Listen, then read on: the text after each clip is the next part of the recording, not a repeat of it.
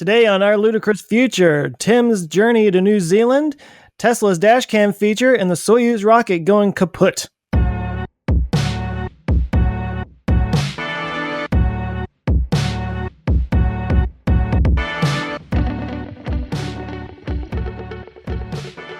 Welcome to Our Ludicrous Future, the podcast where we talk about the technologies that are changing our world today and the future that we're going to be living in tomorrow.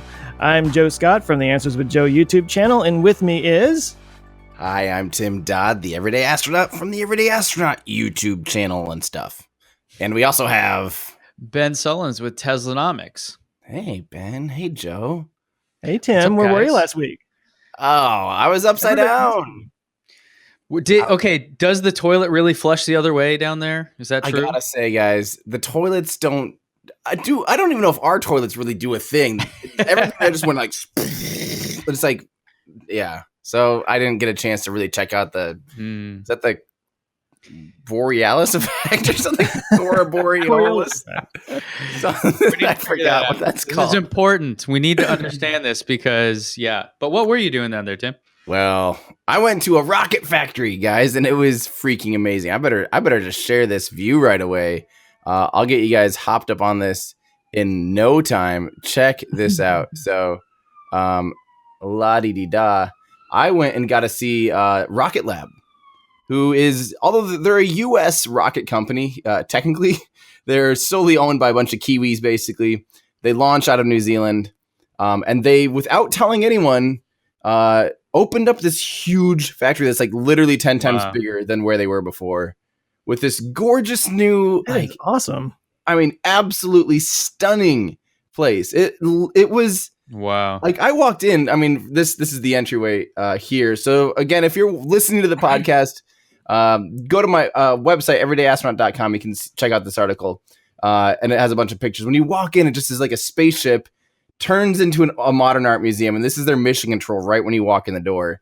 So if you are a guest, if say you're launching your payload and you're visiting Rocket Lab, you're going to be treated to quite the experience. They blew my socks off, and I don't even wear socks, so they blew off like a layer of skin basically on my feet. That's disgusting. Because it was just awesome. I was really, really impressed. So they launch out of there and they make them there, but they're a U.S. company. They manufacture the engines and the avionics in the United States and ship them over. Ah, okay. Yeah. That's pretty far, isn't it? So those Rutherford engines are actually made in the U.S.? The Rutherford engines are made in the U.S., and I think a lot of that has to do with the ITAR, like with with restrictions on that. So and also avionics. Those are two things that are pretty sensitive, is the engines and the avionic hardware. So that's why those are manufactured in the US. And so not only did I get a tour that, which was awesome. I spent a little bit of extra time so I could zip around New Zealand for I only got really like 1 day of just like pure tourism, which was great. Met some awesome guys that showed me around a little bit, and that was really, really fun. New Zealand's gorgeous. Highly recommend it. I'll definitely be down there again for a launch. Like, I want to see a launch from their launch site so bad. It is beautiful. It's like easily the most beautiful launch site in the world. But if that weren't enough, it'll be even easier to catch one now in the United States, because they just announced yesterday they're going to be launching from Wallops in West Virginia. Huh. Which is a pretty low key launch site in the U.S. West very Virginia? few things. Virginia. Oh God. Me and my west, northeast, and south doesn't matter to me. They're all just. Here comes the hate mail. I feel like it's West Virginia. The fuel, if they launch out of West Virginia, would be coal. I think maybe it's just Virginia. That one. But that's where currently, I guess it's technically now Northrop Grumman launches their, oh God, guys, it's too early. I'm still jet lagged. My brain hasn't unbroken yet. But the Orbital launches from there. It's a really low trafficked area as far as rocket congestion. There's less flights in the area. They did a lot of data to make sure they could have a frequent launch site there. One of the big reasons why they launched from New Zealand right now is they only have one flight to contest with per week. Per week. And Peter Beck told me that when Falcon Heavy flew, for instance, it delayed like 500 flights. Oh man. So that is a bit, I never considered that, when you're talking about, launching rockets, and if they're talking about launching rockets once a week, like just boom, boom, boom, boom, boom. And, if you have to deal with airplanes all the time, like I can see the New Zealand launch site makes a ton of sense. But now they have this other one too. So yeah, it's really cool. Incredible. So it was a lot of fun. Yeah. And I came home. The facility looks like the set of Tron. Oh, it's insane. I think Peter Beck could have a job as a interior futurist decorator for all sorts of evil layers and stuff. I mean, it is amazing. It's crazy. He's a really cool guy too. Yeah. He's a really, really low key dude. I really enjoyed talking with him. And Joe, you had interviewed him before too. Yeah. Did you get that? He's just like a cool guy, isn't he? Oh, he flipped me off, so he's cool. I asked him if they had plans beyond the Electron, and he kind of did one of these no, people keep asking me that. I'm like, okay, all right. No, I thought he was really super cool, and I'm super excited about what they're doing. I feel a little bit and I would love to hear your opinion of this, but are they kind of getting ahead of themselves because they haven't even had one official launch yet? That was going to be my question. Like how? Yeah, I mean, I've never heard of them. So where are they in the development or maturation? Yeah. So development maturation aspect, they've launched twice, and both times the very first launch was literally perfectly successful. They made it through all the events. The problem was the ground tracking station failed. Yeah. So once they lost contact with the rocket, they had to the abort people to literally see it lost track and just go boom and just blew it up. And it only had 2 minutes left on the second stage burn. So it went through all the major events except for payload deployment. Everything was on track, perfectly fine.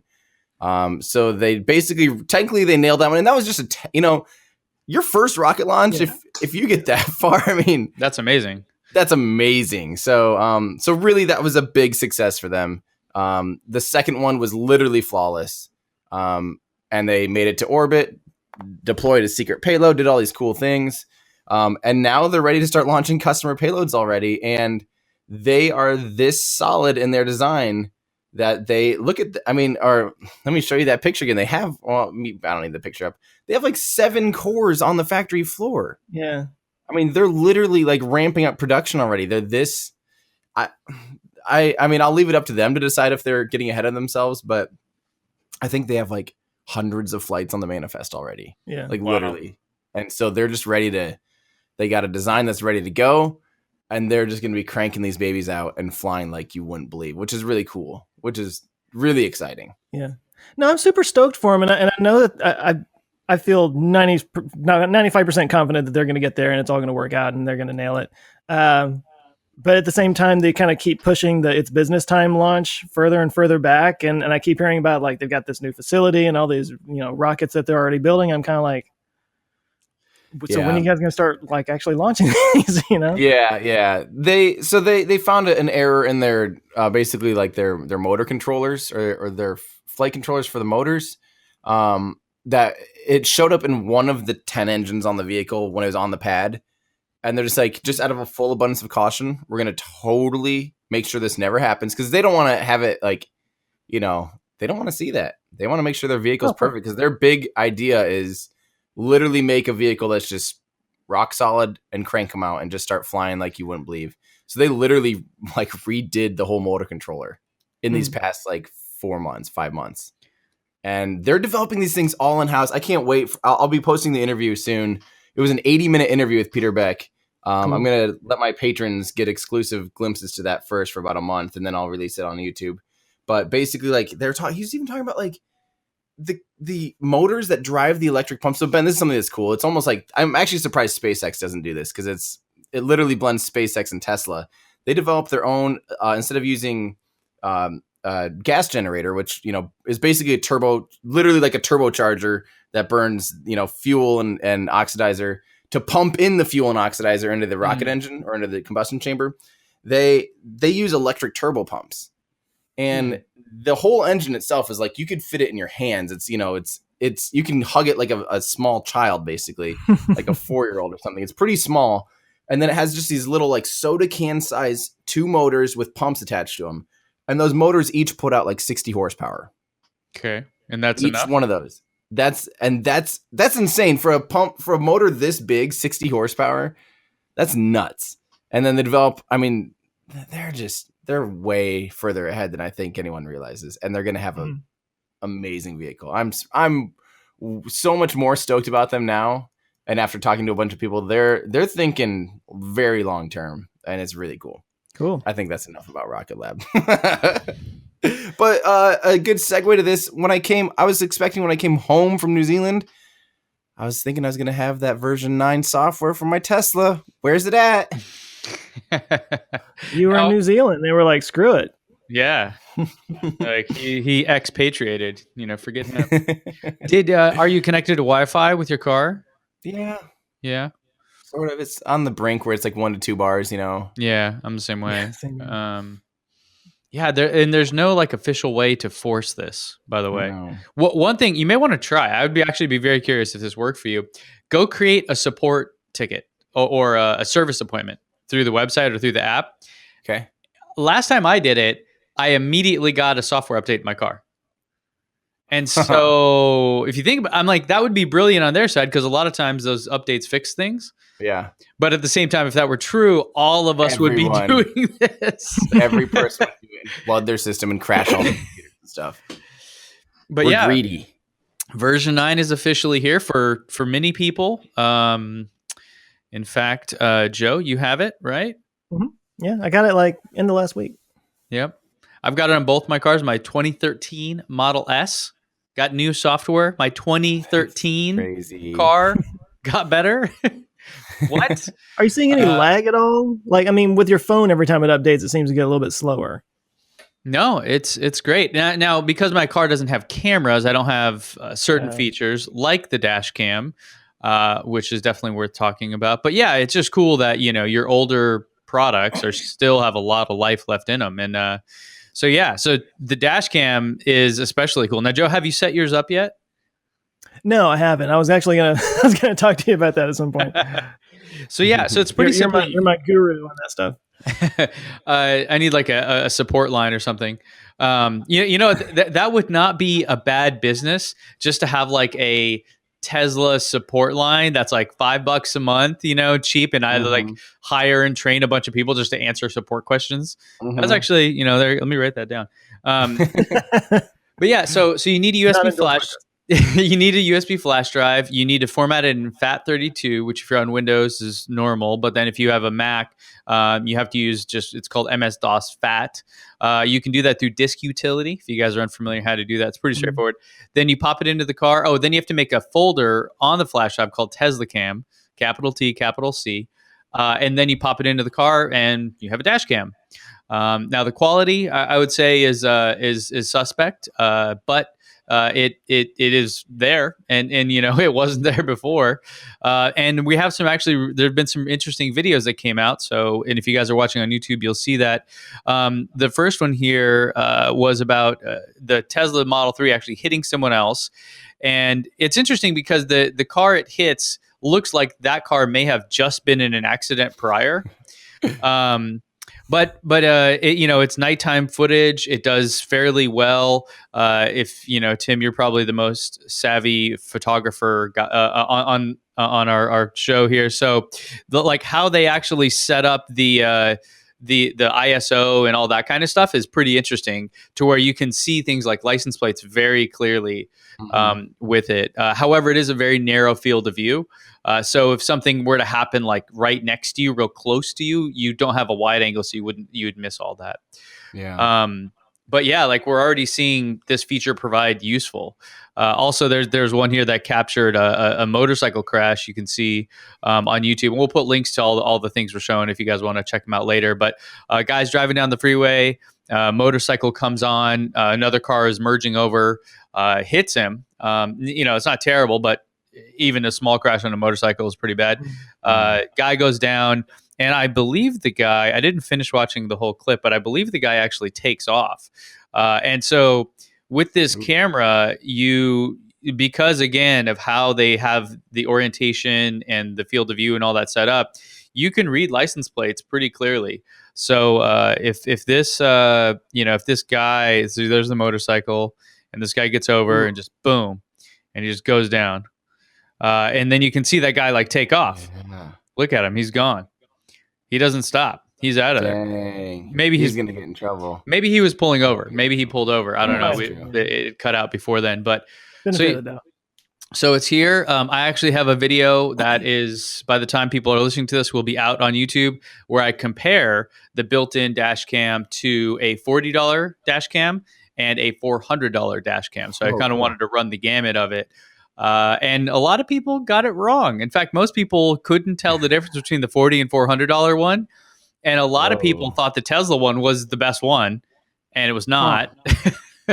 But again, I don't want to bash Tesla on it, because literally this was not there before, and software, now you have it. It's like, I mean, it's awesome. So I think it's cool. I think it'll get better over time. The thing that really confuses me is why they chose to use the narrow field camera for a dash cam. I mean, I get that it's nice for like reading license plates, but I feel like for a general dash cam, it's nice when they're really wide angle and you get to see, your peripheral a lot better. It just really, because there's 3 cameras up there in the, in the front that they could have chosen, and they chose, I think, the narrowest one, didn't they? The most like telephoto one. Yeah, it seems like an unusual choice. And if you guys know cameras at all, it's almost like having a 50 millimeter lens on there. It's like really, it's very clear and good, but it's also like, the very far away is what you can see. But I'm actually not sure if there are wide angle cameras, or if each one of those cameras has a very specific field of view for autopilot. So remember, we're repurposing cameras made for the self-driving part of your car. So I think it might just be one of those things when they sat down and looked at it, said this is like the best option to start with, and then maybe down the road what we'll do, because they have 8 cameras on all the cars with autopilot 2.5. So in theory, they could have all 8 of those cameras recording at all times, but then software, the processing power of that, storage requirements, all that kind of stuff kind of adds up. So I think it'll get better over time. Certainly, at the minimum, a rear-facing one would be useful. And also the other limitation of it, again, this isn't me just complaining about it, but it shuts off when your car is off. So if someone were to come and hit you, or try to break into your car when you're not there, like you're parked, you wouldn't have any record of that. So whereas other dash cams, you can plug them into the 12-volt battery in your car, and they're just 24/7 running. So I think lots of limitations, but pretty sweet that you didn't have one and now you do, right? And all you got to do is throw a flash drive in there. So it's pretty slick. I think eventually they'll do like a whatchamacallit mode, like a sentinel mode. Is that what people are calling it? I remember where like when you're parked and the car's off, it does like record on 4 cameras, because there's people are like, oh, the phantom drain, but it's like I would like that option, that the amount of electricity it takes to actually record on those 4 tiny cameras, like would be insignificant. And that's an incorrect argument, because the way it typically works is it runs off the 12-volt battery, not the car battery. Now, how they would do that in the car, I don't know how that's all connected in the Tesla itself. But like people that have Model S's and Model X's, where they've had these dash cams running 24/7, the Sentinel mode, where it's plugged directly into the 12-volt battery, so it doesn't even touch the car battery. So and it works totally fine. It doesn't ruin that battery or anything like that. So they should be able to do that. That should be something that they can do. Now, if they're, by having those cameras on, also keeps the car awake to where the car never sleeps, that could cause more phantom drain. So there may be more of like an unintended consequences situation here, where like by doing this, you screw something else up. So I think like that's the only thing. But again, definitely this seems like a very early feature that I don't think a lot of people are going to really take advantage of right now, because of all the requirements of like setting up a flash drive and all that kind of stuff. I mean, it's just probably more than like most people would do. So, but it's cool, and I think down the road it'll be pretty awesome. Did you guys see Elon responded to my request? Which one is this? The lemur thing? No, this was I don't know what that is. Who knows what on earth he's talking about there? We'll probably find out today that he hired a lemur to be there. It to me, it sounds like he's smoking weed with his girlfriend again. I'm a little worried about him. Like, oh no, it's coming back. I asked, could summon mode start streaming the camera and the ultrasonic to the app so we can have more confidence when summoning? I'd love that. And he said, new summon will use the autopilot cameras. But he didn't say that it'll stream it. Right? True. Crap. Sorry to burst your bubble there, but proof's in the pudding. Yeah. But maybe if it hit something, it would automatically record it. I don't know. Good. Yeah, now I have a recording. I have a recording running into my garage. Yeah. Running over yourself be like with summon. I want it to be like a drone. You know, drones you can fly and it shoots video back to your phone. Yeah. Yeah. Like, it's not that. I mean, everything's this way. I should stop saying that. It's not that hard. It's not that hard. It only took us 45 minutes to get going here again today. Yeah. Dang it. Why can't I just remote control my car from my phone? Isn't it funny how, like, the more the line gets moved in one direction, the more we expect it to keep moving that way? It's like, why don't we have this now? Yeah. We are so spoiled. 3 years ago, this didn't exist. We're so entitled as a species. Like, I don't remember what comedian it is, but they're like, I was on, he's like, I'll just like repeat verbatim. He's like, I was on one of the first flights to ever have Wi-Fi. And they announced that just to let you know, we're testing out the Wi-Fi. It'll be free. Let us know what you think. And then 5 minutes later, apparently the Wi-Fi went down and the person next to him goes, oh, this is bull beep because we're working on this. and he's like, why would you feel entitled to something you didn't even know existed 5 minutes ago? And now you're like all mad that it doesn't work. Like, and they don't owe you that. And it should be free. And if it's not, then I should get my money back or something. You're like, what? Yeah. But don't you feel that also kind of pushes us forward, right? Like the bar being raised again and again and again. Forces us, you know, because I mean, this is in the electric car space. This is why I'm so frustrated with a lot of these cars coming out in 2020 or 2021 that are like on par with a car that came out in 2013. You're going, guys, how is this even acceptable? Nobody's going to buy this, right? And the reason it's not acceptable, nobody's going to buy it, is because that bar has already been set, right? So it's like almost even with phones and everything else, you know, you get to the point where you're just like, guys, like you have to do something more, otherwise, what are you doing? Yeah. Speaking of phones, should we bounce around real quick? Yeah, let's bounce to the phone thing because you already kind of brought that up. Natural segue. Yeah. So speaking of phones, I just got a new one, and it is the Pixel 3 from Google. I didn't get the XL one with the giant notch on it. I got the other one because I have smaller hands, I guess. I don't think I have super small hands, but I have.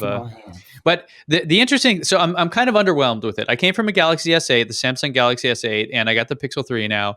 And frankly, other than the camera, which was broken on my S8, I'm like whatever about it. Like, oh, cool. It looks practically the same. It apparently has some other features that they haven't released yet. So which I should be used to being a Tesla owner, but in general, you know, where I'm at with phones and this stuff is I feel like we've reached a point where the hardware is pretty much on parity between all of them. I mean, yes, there are differences, fine, sure, but in general, they are all spectacular. They all will work exceedingly well if you buy any of the flagship smartphones from any of the vendors, whatever. So at that point, my presumption is that software will be the differentiator. Software will be what makes or breaks the phones going forward. And so that is kind of why I have this phone, is because I feel that the software on the Pixel made by Google, getting the, you know, all the software, the fastest updates, all that will be better, far and away better than any other phone. So I think kind of that's where I'm at. I did test a feature last night which is insane, where I can have a virtual assistant, like a AI, if you want to call it that, answer my call for me ask the person some questions, and I see a real-time translation on my phone of that person's responses, and I can choose to like ask more questions. Based on what they say, it'll suggest additional questions for me to hit a button, and it will then ask them. And also, I can hang up or pick up the call. That is mind blowing to me. See, like that. That is. But again, yeah, there you go. So you're calling me now. I'll try not to show it on the screen. So I'll hit screen call. Put it up to the microphone there.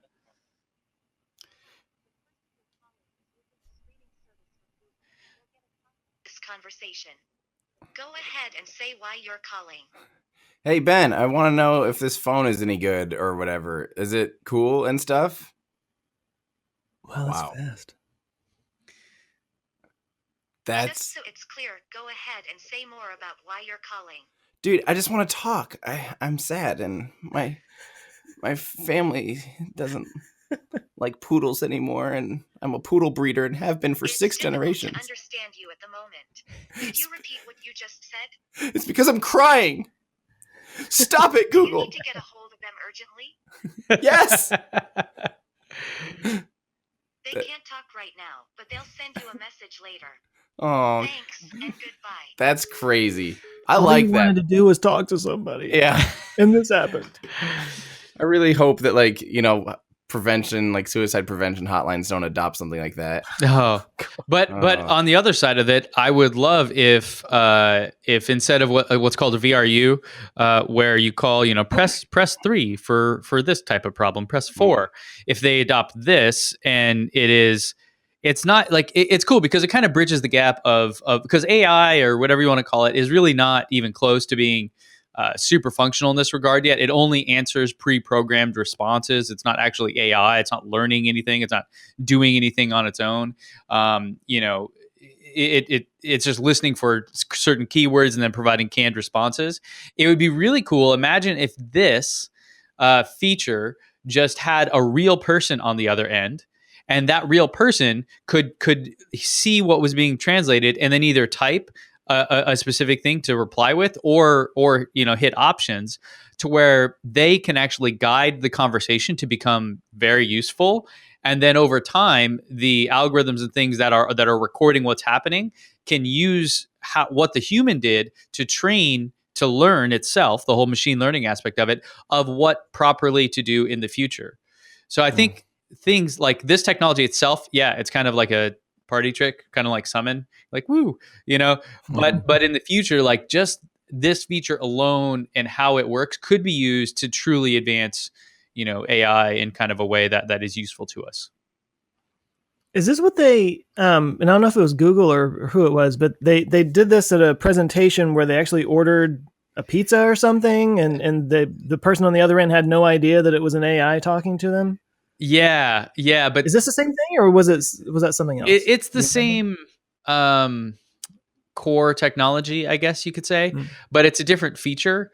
The Google Assistant is what they're like labeling this whole suite of services or products in, and so the one you're talking about, is kind of the same thing. Where in theory, I could tell my phone to go order me a pizza, which would be cool, as if it could even do that, but it can't.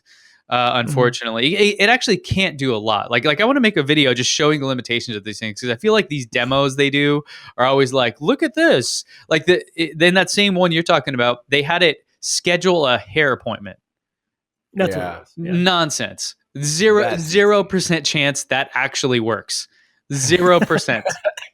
0%. Like, it's funny because my wife was a hairstylist for 15 years, and we saw that, and she's like, wait a minute. The first question they're going to ask is, who did you have cut your hair last time? Who is your stylist?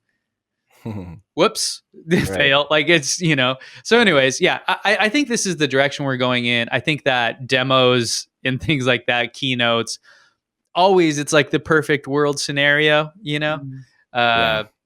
But phones, to me, it's soon, if not already, they're indistinguishable in terms of what they physically have, and it's all going to be about software, or at least that's my view on it.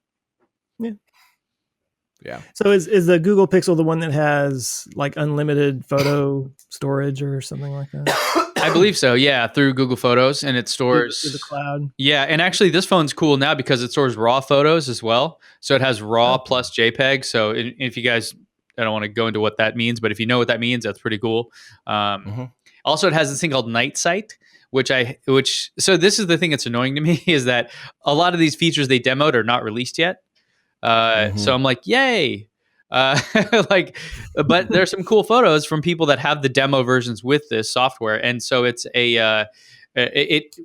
one thing they can do is they can basically take a photo which is almost pitch black and use a lot of the different ways that the sensor in the camera works to pull in additional light and make that photo legible. It's not fantastic, but in the demo they on the keynote they showed an example, and then other people that have the review versions have also shown examples, and it's pretty incredible. So again, like for me, I'm very underwhelmed by the phone. Like I'm not like, oh my god, this is incredible. There's nothing super amazing about it, but the software is, I think, going to be incredible. And so, that's just where I think stuff is going. Right. That's why all of us are super interested in electric cars and rockets and things that are much like every new one that comes out. You're like, wow, because all this other stuff is, I don't know. Maybe to me, I've just been around it so long, I've kind of become desensitized. Well, it's just like laptops, now, and computers. Like we pretty much hit, for now at least, some kind of, slower threshold of growth for the phones, where it's just not as exciting as it used to be. 10 years ago, when everyone was like making their first touch screens, it was crazy. We had all these advancements really quick, and now it's like, cool, it's a little bit more efficient, it's a little bit faster. Right. What are you going to do for me, Yeah. And it's all software. I think batteries would be the best place to go for new hardware improvement. Imagine if Google came out with this phone and it lasted for 10 days without charging. That alone would just be like mind-blowingly amazing, right? You're like, oh yeah, actually the entire phone is the same as the last one, but this one lasts 10 days without having to charge. You'd be like, hell yeah, I'm buying that one. Right. Right? That'd be cool. Yeah. Someday. Didn't they find out the new iPhone actually gets less battery time? The battery is actually worse. Hey, tell us about the YouTube channel. Hey, Joe, I want to learn about this carbon engineering thing. Yeah, so I don't know. This is something I've kind of gotten into lately, and I just thought I would share it on the podcast today. There's probably going to be a video on this subject or something about this subject coming up soon. But the IPCC, the UN climate panel, released a new report a week or so ago that's just like horrifying and scary about how soon we're going to be seeing the effects of climate change, like the really bad effects of climate change. Like in the next 20 years, it's going to be, cities underwater kind of thing, and it basically comes down to, we can reduce as much as possible with the electric cars and all that. Obviously, that's stuff we need to be doing, carbon capture from smokestacks and whatnot. But ultimately, there's just so much CO2 in the atmosphere, we got to start getting it out somehow. And so I actually shared a video about this that Vice did on my Facebook page. But there's this company called Carbon Engineering, and they're based out of Calgary, I believe. So yeah, British Columbia, up in Canada, and what they're doing is they've got this carbon direct air capture technology that they're working on that will actually pull CO2 out of the air and create fuels with it. So it's like carbon neutral gas that's like pulled out of the air. So what they do is they pull the CO2 out, they take the carbon, they combine it with hydrogen that has been, through renewable energies pulled from water. And then they combine that to make, gasoline, jet fuel. And it's stuff that obviously when it gets burned, it would go back into the atmosphere, but at least it wouldn't be extracted from the ground.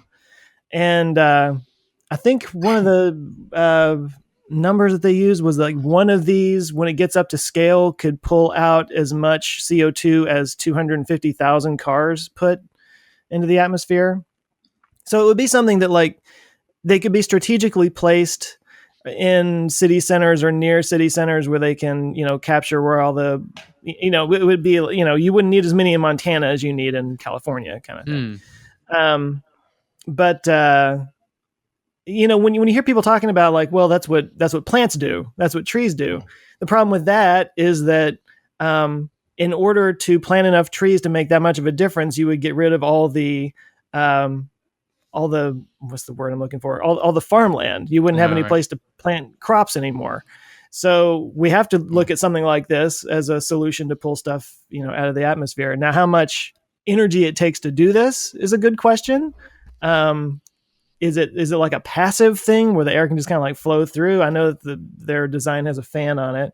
But this is something that's interesting to me, and I think it's something we need to be taking seriously and looking at. And I like the idea that our fuel could be extracted from the air instead of the ground. And with that, there's an interesting effect too. I saw, was it Real Engineering or somebody did a video on this where they were talking about what if you could plant trees on the Sahara and just cover it with trees and it would do the same thing. But one of the interesting things about that is that places that are open like that are very reflective. And so they actually help reduce global warming by reflecting the heat. So if you did plant a gazillion trees everywhere, that was on a previously highly reflective area, that would actually hurt as well, or it would reduce its ability. So, yeah. Albedo is what that's called. Albedo. See, this is the reflection. This is why Joe is here. I think that stuff's really cool, and it's cool to think like on that picture on the website it shows like in the background some wind turbines, I think. And like, how cool is it to think you could spin some wind turbines and have some solar panels on the thing, have that spin a thing to turn it, like you can just see this all like happening. So it's like generating energy and capturing CO2 at the same time. Yeah.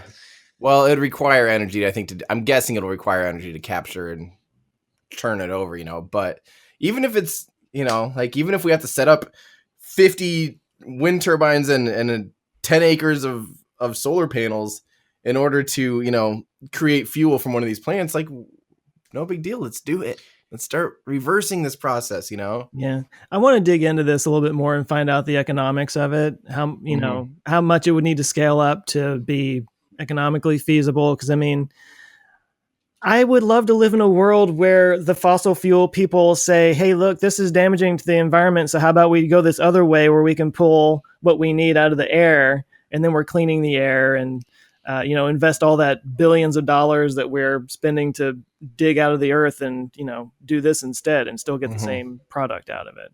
Oh, that'd be so cool. 'Cause think about how much money and effort they spend right now to drill in the middle of like the ocean and stuff. It's like if you were to start from scratch right now and were to say, hey, we could either build this building over here that pulls fuel from the air and does it via this process, or we could send this giant floating city out into the middle of the ocean, drill like miles down into the core of the planet. Like, which one sounds easier? And, I think it's one of those things that eventually I would love if it would close economically and if it makes sense. I just have a feeling it won't be like efficient as far as an energy standpoint to produce at first. There's going to be some problems, I'm sure, but yeah, fingers crossed, man. This is a cool idea. Yeah. The only thing I don't like about it, is the turning it into gas again. If you could like somehow, I don't know, use that for some other purpose, it'd be nice. Well, plastics are made out of oil, so maybe this could be transmogrified into some kind of materials that we could use for, polluting the oceans. So that's good. Well, but at the same time, like there's always going to be a few things that just simply need to burn fossil fuels, some portions of our energy grid and a few things will probably always just have that. I don't think we're going to get away from that anytime soon. And if we can at least just like kind of recycle that fuel and not add to it, I think that's a huge win. Yeah. A huge win. Starting point anyway. Yeah. So speaking of construction projects, Tesla's looking at China, huh? Yeah, this is big. So Tesla has officially leased, I think is the right way to do it, their land in China. So this is for the Giga Factory 2. Giga Factory 3, technically. It's in Shanghai. It will be. I did the numbers on this before, and not being someone that talks in the metric system much, this is mind blowing to me. The land is 864,000 square meter plot, which translates to 9.3 million square feet, which is crazy. That's the land. They leased it or purchased it for $140 million. So actually a seemingly small amount for such a giant space. Now the factory will have 1.7 million square meters of floor space, which translates to 18 million square feet. Is that right? How is that possible? I don't know. This is what Google told me. Isn't that like twice as big as Fremont's factory? That's more than 3 times as big as the Fremont factory, but I don't know if it's bigger than Gigafactory 1. It sounds a little bit smaller than Gigafactory 1. So the first cars will be coming out of this factory in roughly 3 years. So that will be this Gigafactory will be at this point the first one that does everything. It makes the powertrains, it makes the battery packs, and it makes the cars. Currently, Gigafactory 1 in Sparks, Nevada, just does those first 2 things, and then all those parts are shipped over to Fremont, where the cars are assembled, with the exception of the European cars, which get assembled over there. And then the initial plans are 250,000 cars per year. Again, that's in 3 years from now. And then they plan to double that, in the following years. This was interesting. The funding will mostly come from local debt and some of Tesla's own investments. So they have technically a separate company in China because just the structure, but that company doesn't have to be owned by the Chinese government anymore, meaning there's not the IP transfer and a lot of those things. So China kind of is really opening up kind of their markets, I guess, if you can think about it like their for companies like this to do stuff. So yeah, I mean, if you're looking at about 350,000 cars coming out of Fremont, starting probably next year, if not the year after. So then 2-3 years, you're looking well over 500,000 cars total. And then in maybe a couple years after that, they'll have a new factory. So they're heading towards that 1 million cars per year number. I think Elon said 2020 was the goal. This was maybe a few years ago at this point. I don't think they'll hit that, but they are, they're on that path. So future is looking bright here for Tesla. Do you know when they started building the first Gigafactory?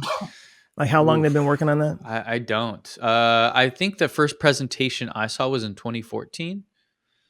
And that might have been before they started building it. And the company really only, I know they were founded in 2008 or something, but really started around 2012.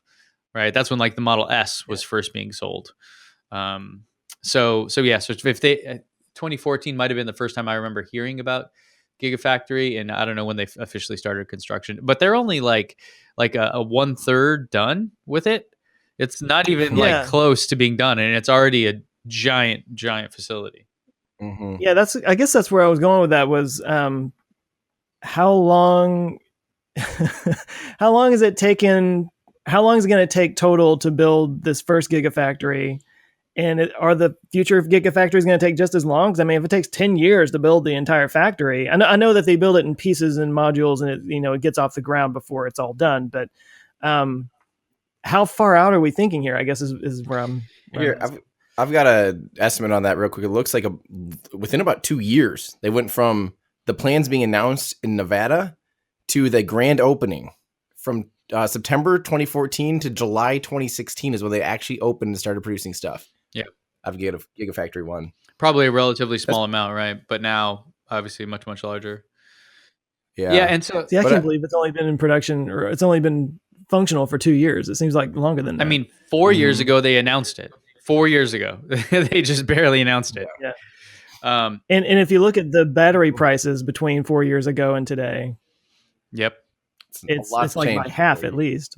Yeah. They're kind of in that golden area already of $125 a kilowatt hour of energy produced, which at that point is where I believe it was 125 is like the kind of Goldilocks zone, I guess, for profitable electric cars.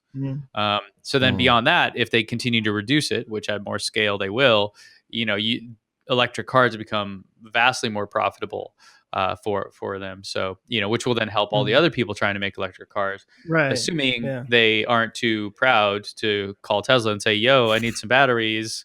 Hook it up. I know you got some. We'll see, won't we? Yeah. Plus, something to be said probably here is the capacity, that maybe that's the right term, of China to make a factory versus the United States to make a factory. You have to imagine that they're better at this. And they have more people and they have the government backing all this stuff. So, and plus the Chinese market is the world's largest EV market. So they also are, so I think all more urgency there. What's that? It's like the universe, the universe is coming together to support this happening in a very, very good and fast way. So I think, I think that'll be a home run, highly confident. Well, it's just unfortunate that when the Porsche Taycan comes out, it's going to completely kill Tesla. It's just all going to go away because of that one car. It's just so Tesla sad. Killer, man. Tesla killer. They're gone after that. That's it. The Tesla killer of the month. Yes, we need that.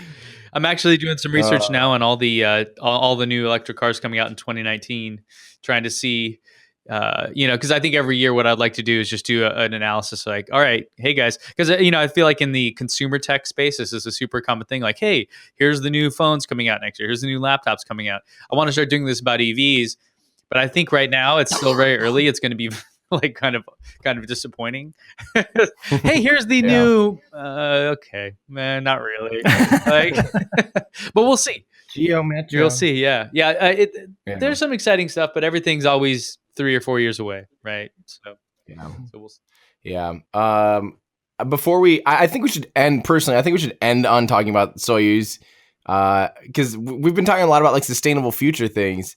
And Joe, I watched your video about future foods and stuff, and that's just a topic that I think is super cool. I want you to just like, what did you find out? Like, what are you most excited about for future food technology? Like, that's one of those things. That's a game changer for our planet potentially. Well, I'll be honest. I mean, a little bit of the structure of that video was to be a little bit titillating with like, the headline was the 5 craziest foods you'll eat in the future, and so of course we had to talk about bugs and weird water blobs and stuff like that. But it is an interesting subject, and the fact of the matter is, if we're looking at the planet having to sustain 11 billion people at some point, we're just going to have to be smarter about the way we convert, energy into nutrients. Something I really didn't even cover that much. I kind of touched on hydroponics and aquaponics and that kind of thing. There's these things. I just saw something about it yesterday. What's it called? Like Square Root Labs or something like that, where they actually use shipping containers and they convert shipping containers into little urban farms. Isn't this Kimball Musk's thing? It is Kimball Musk's thing. You're right. Yeah. I should have talked about that in the video. It just got missed. But I find that interesting because they use only the part of the visible light spectrum on these plants that they absorb. They don't absorb green, actually. That's why we see green, because that green gets reflected from the chlorophyll. So they only use like purple light. It looks like a Virgin Airlines interior in there, but they only use certain spectrums of light. They just kind of embed them in these little slats that they hang up in the wall, and they have these little LED lights that just kind of hang in front of them. And like one shipping container can create gobs of food, It's very energy intensive, of course. So there's always that balance there. But I didn't really get into lab grown meat either. The whole idea of taking, not stem cells, but like sample protein from an animal and then like recreating that in a lab, so you have actual meat. Like I talked about the Impossible Burger, and I talked about the fact that they have this like this protein that comes from a certain plant. It's called leg hemoglobin that actually has a lot of iron in it, and it looks and tastes like blood. So it's like blood from plants, But there is this whole lab grown meat thing where it is actual meat. It's just not, you don't have to kill anything to eat it. Yeah. This is the stuff that makes me really excited, because if you think about you talked about that conversion ratio that it takes like 6 times, like 6 to 1, basically calories to make 1 calorie for a cow. So you have to feed it 6 times more than you're going to get out of it of meat. And that almost seems conservative by the time you factor in, I'm sure that's right. But by the time you factor in, like, think about what it takes to actually feed a cow on that scale. Like you go, here in Iowa, I watch combines drive around all the time and semis pulling up to these combines, dumping grain into these, semis. That grain goes to a silo. That silo then ships a bunch of other stuff over here across the country so that the cow that are in blah, blah, blah can be shipped to Colorado, blah, blah, blah. Then by the time it makes it to your plate, there's been like thousands of miles between all these vehicles. Thousands, like it's an insane operation. And can you imagine if restaurants someday just have a shipping container on the roof that like produces all the meat, all the like vegetables right there in-house, and it just runs off, solar or hopefully if we have a cool power grid by then, something that really abundant energy basically. Cause that obviously if you do it right now, you're just kind of converting one source of energy for another. But I mean, that would just be so cool. I would love to walk into a restaurant and be like, oh, yes, I'd like that's still growing, that like literally fresh off the wall, basically. So, something about this subject, and I didn't talk about it at all in the video, but it does fascinate me. It's just how disconnected we are from the source of the stuff that keeps us alive. We need food to survive, and yet we are so disconnected from the process of how that food gets to us. I mean, look, I've always said, and I'm a hypocrite when it comes to this because I'm not a vegan or anything, but I think if you're going to be a meat eater at some point in your life, you need to kill the animal that you eat. Like you need to have that experience. I feel like you need to be able to say, this is what happens when I eat this meat. You need to have that appreciation that an animal gave its life for this, but beyond that, like I would love to do a video, and I've talked about this, and who knows, I might pull it off someday, but I would love to do a video where I get a burger at a restaurant and then track back everybody that had something to do with that burger, like find out who supplied the lettuce, who delivered the lettuce to the store, who, picked the lettuce from the ground. Same with the tomato and the pickle and the meat and the bun, and just go all the way back. And I bet you would find hundreds of people that had a hand in eating that one simple burger. But that's how complex and ridiculous, like you just said, our food system is right now. Yeah, that could definitely and interconnected be too. Even like that, you'll be tracking that stuff for weeks. It'll take me 2 years to do a video about a burger.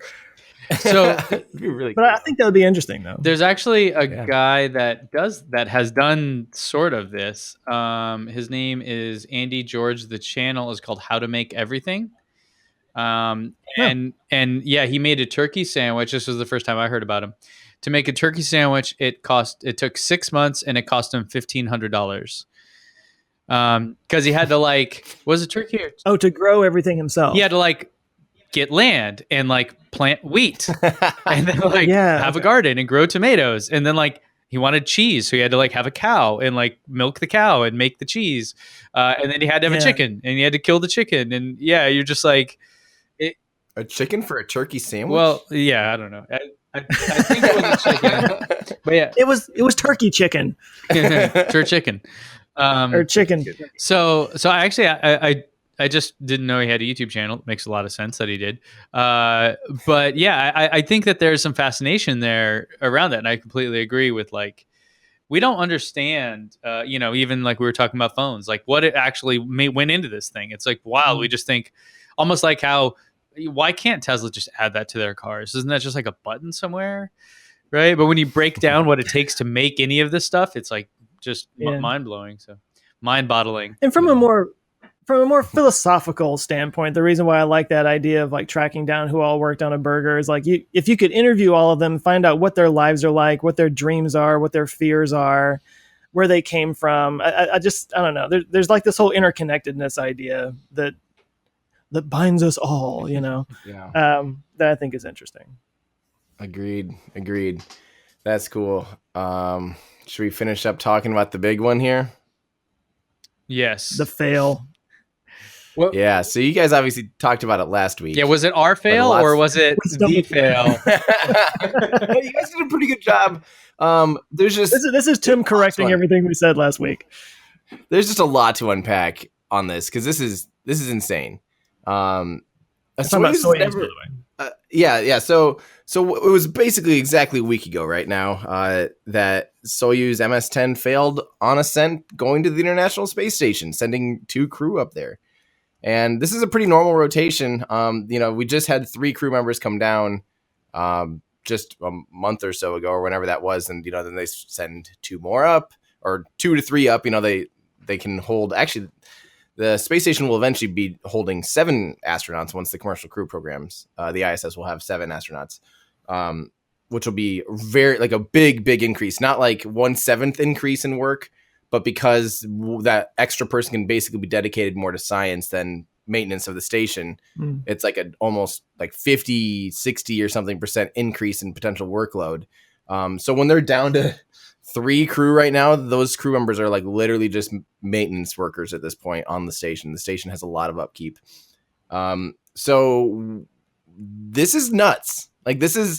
We have currently the only Soyuz capsule up there has a hole in it, which is crazy, and that's still kind of, it's fine. It's nothing, vital. Duct tape? It's not literally some tape and some, basically it's like some space caulk and but it's really, it's such a small leak that it is really not a big deal. I know it seems terrifying, but it's not a big deal, but that's the only thing up there right now.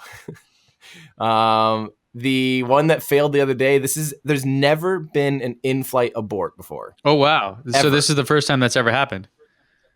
Ever. Wow. There's been abort tests. There's been a pad abort with a Soyuz in the 80s. I think 86. They shoot off of it while it's still on the pad? Yeah, because the Are rocket you talking about caught just on fire Soyuz or total? Period. Period. There's never been an in-flight abort before. Well, it's a good thing it was successful. Oh yeah. I mean, this is one of those. This is a hot topic too in the spaceflight community, because some people argue that in-flight aborts add extra complexity.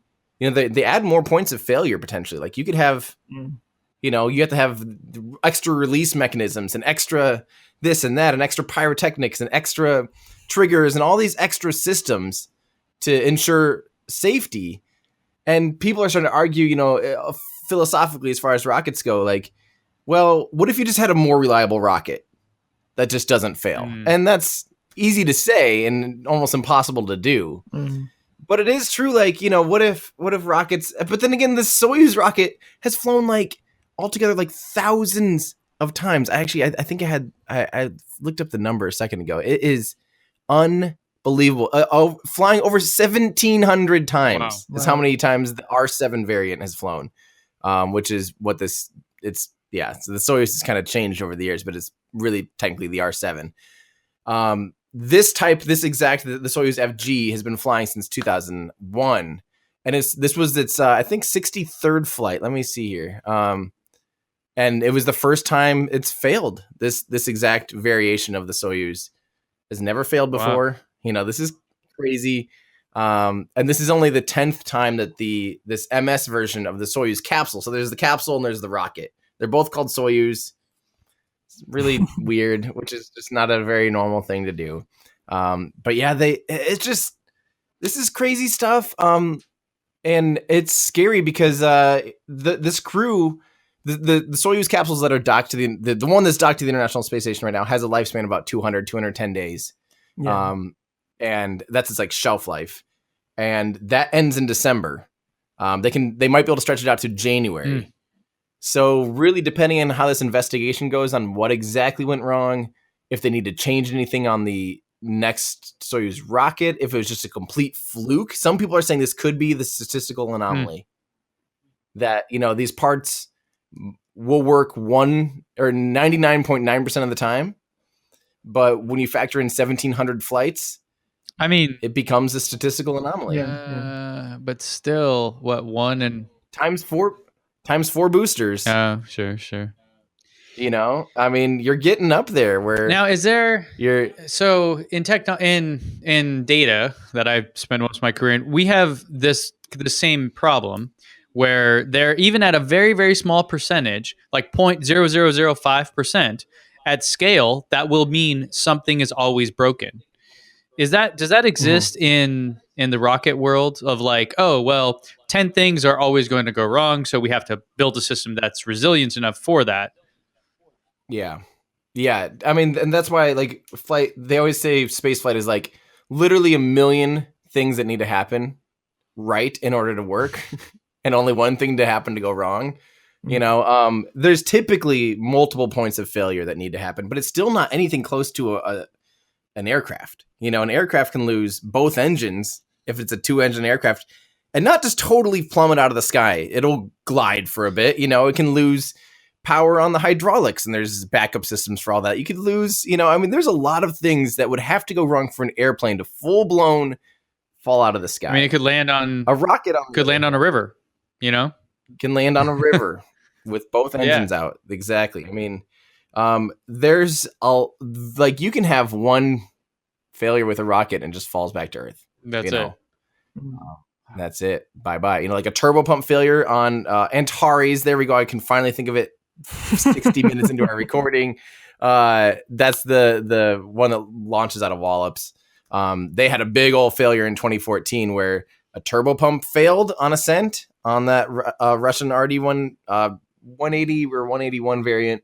And the whole thing just, made it up about 100 meters, fell straight back down. Huge explosion. Wow. Rockets are still extremely, they're always going to be extremely complex. But now we're looking at a real life situation where we're hoping that the investigation goes really quick. They realize right away what it is. They can determine whether or not they're okay to proceed with their next crew rotation that's supposed to be like they could potentially fly again within a couple months and keep a crew presence on the International Space Station. There's also the option to maybe extend the current crew beyond January even by sending up an uncrewed Soyuz, which has actually never been done. They've flown Progress vehicles, which are supply based. It's very similar to Soyuz.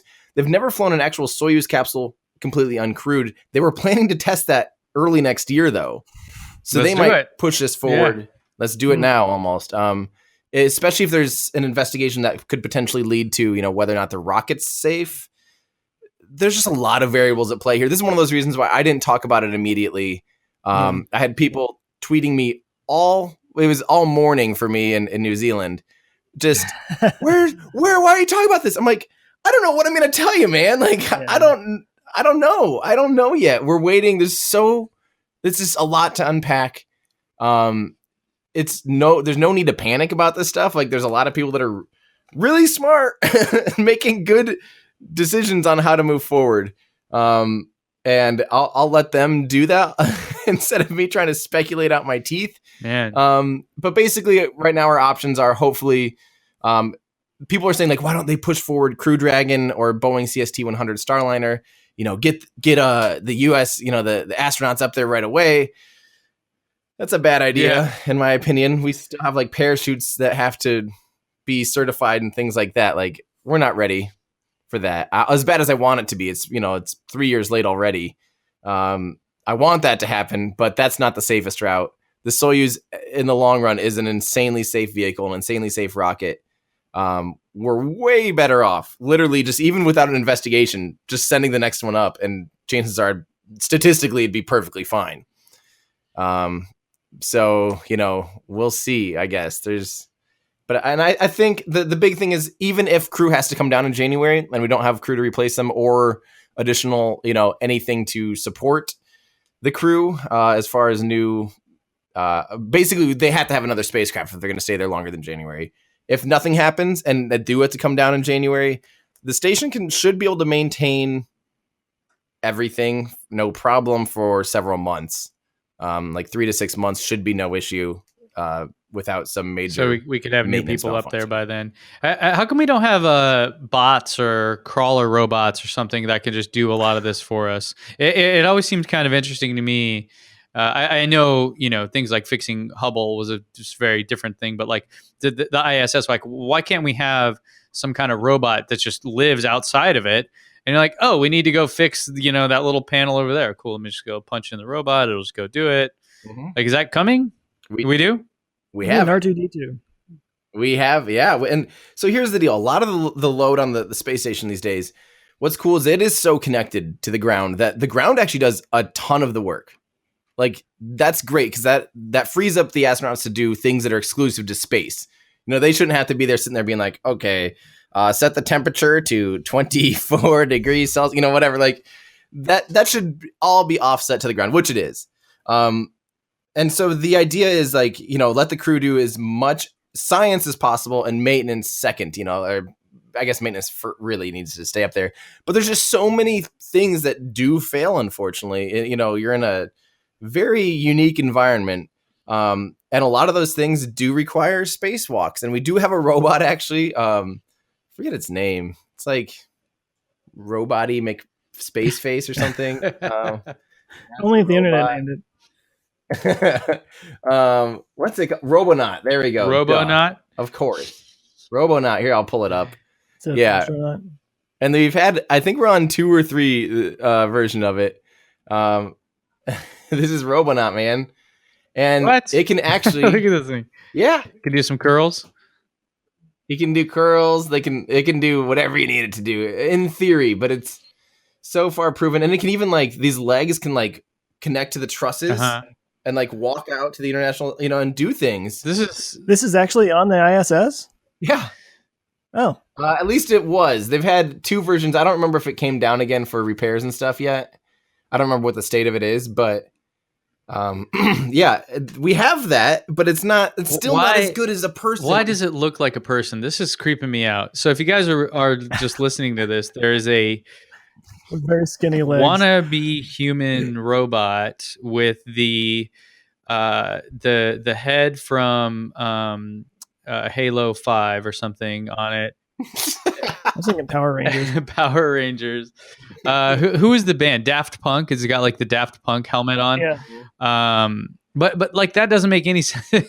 I'm thinking a spider or something that has all kinds of little very skinny little things that are articulating and very flexible, and it can control them very fine. Now you're describing something else that is also on station. It's a one of the attachments or one of the arms for the Canadarm or Canada arm. You can argue that it could be pronounced Canadarm. That has it has a bunch of cool and it is basically an 8-legged. Okay, this photo that we're seeing right now. What's this guy's name? Robotron. Robonaut. Okay, Robonaut is holding his arms up in celebration that he punched a hole in the thing, and he's kicking the actual astronauts off because we're not going to be allowed back in. This is going to be one of those I can't do that, Dave. I'm sorry. That's what's going to happen. I think we just uncovered something here, guys. This is really. Let me answer why it looks like this.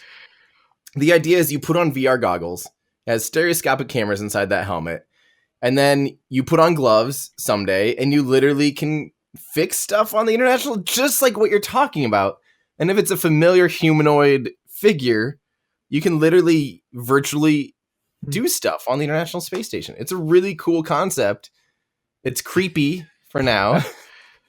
And mostly it's legs, man. Those legs are not natural. Look at that. Yeah, he needs to do some squats. He skipped leg day. Yeah, he skipped leg day. He's doing curls in that other picture, but he skipped leg day for sure. Or here he's just legless, which is almost less creepy, actually. Yeah. I'd almost prefer it to be legless.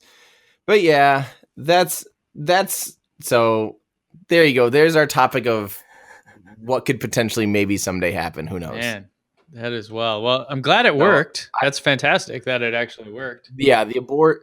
And what's interesting too, something that I didn't realize until this, the Soyuz has a separate abort. So it has the tower. I think you guys talked about this last week too. It actually has the tower that ejects at a minute and 45 seconds or 2 minutes or something. And literally 10 seconds after the tower ejected is when this happened. And it has its own separate fairing another abort system on the fairing. So this is where it's like there's so many systems. There's 2 different abort motors built into this thing. Like, that's crazy. I just can't actually make that. That doesn't make sense to me. But yeah, why they wouldn't just hold on to that tower longer and then just eject it all? I don't know. But anyway, they used the secondary or those little smaller aborts to pull free, and it did fine. It did its job.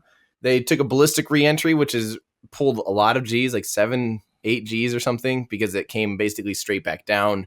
You smack the atmosphere like that, and it, as opposed to like gliding and kind of sideways through the atmosphere, you pull a lot more gentle. Your normal reentry is a lot more gentle, a lot more gradual. That's why we have these like very specific range when we're reentering, so that if you go into too steep, the atmosphere basically, it's like jumping into water. It hits you really hard when you're going 27,000 kilometers an hour. It smacks you in the face. But they weren't going that fast. You have to realize they were mostly going up at this point, a little bit starting to go horizontal. The thing still ended up like 500 kilometers down range. Even 2 minutes into flight. But it basically then fell more straight down than it would have, later. So yeah, crazy. Absolutely nuts. Glad they're okay. Hopefully we can get someone up there soon. Yeah. Yep. Otherwise, Robotron's gonna be flying solo. If he's still up there. Can have I a don't even party. know the status. He's gonna have his own little robot party. Yeah. Well, are gone. So what are you guys working on this week? I've got my Dashcam video coming out now and doing more Tesla V9 videos coming up. That's me. Sweet. I'm actually doing a video on the NASA EagleWorks lab. That's EagleWorks? coming out on Monday. EagleWorks? Mm-hmm. Is that kind of like their skunk works? Yeah, no, it's the guys working on warp drives and stuff like that. What? Ooh, I didn't know it's called the EagleWorks. That's cool. Yeah. I'm excited for that one. I'm working on my like video tour of Rocket Lab, obviously. I bet you got a lot of footage to go through. I have a lot of footage to go through. And they let me like touch the rockets and stuff and just like wander around willy-nilly pretty much. It was crazy. They're so nice. They're nice. Yeah. Well, we did it, guys. What was this, 6? We covered a lot of topics. Yeah. If you're listening, let us know if that's too much for you. Yeah. We're still in feedback mode here, folks. We don't have a good format going yet, so let us know. We'll hear about it, I'm sure. But let us know how we're doing. We're trying to make improvements. We're all new to this, but we're glad you guys are sticking with us. We've got a lot of good feedback, and we're working on better audio always, and all these different things. The YouTube stuff is pretty secondary if you haven't figured out. But yeah, I'm having fun with it. Ben, do you want to throw out an F-bomb real quick before we wrap things up? I'll just bleep it afterwards. I like the idea that if anyone swears, they have to do the edit. Oh, well, then I've got credits going here. I can just drop them left and right. One more note. I should have probably mentioned this off air, just so I did want to say one thing that I want to try to avoid in this podcast. And that's something that like, I don't know if we even had feedback on it, but personally, when we talk anything political, because it can be so divisive, as a nation right now, like if you even say the word Republican or Democrat or liberal, like it can be a swear word in certain houses almost. So we didn't even talk about that on this show, but last week you guys talked about the Republicans did a bill that could be bad. I want to make sure we try to use language like this certain individual and introduce this bill.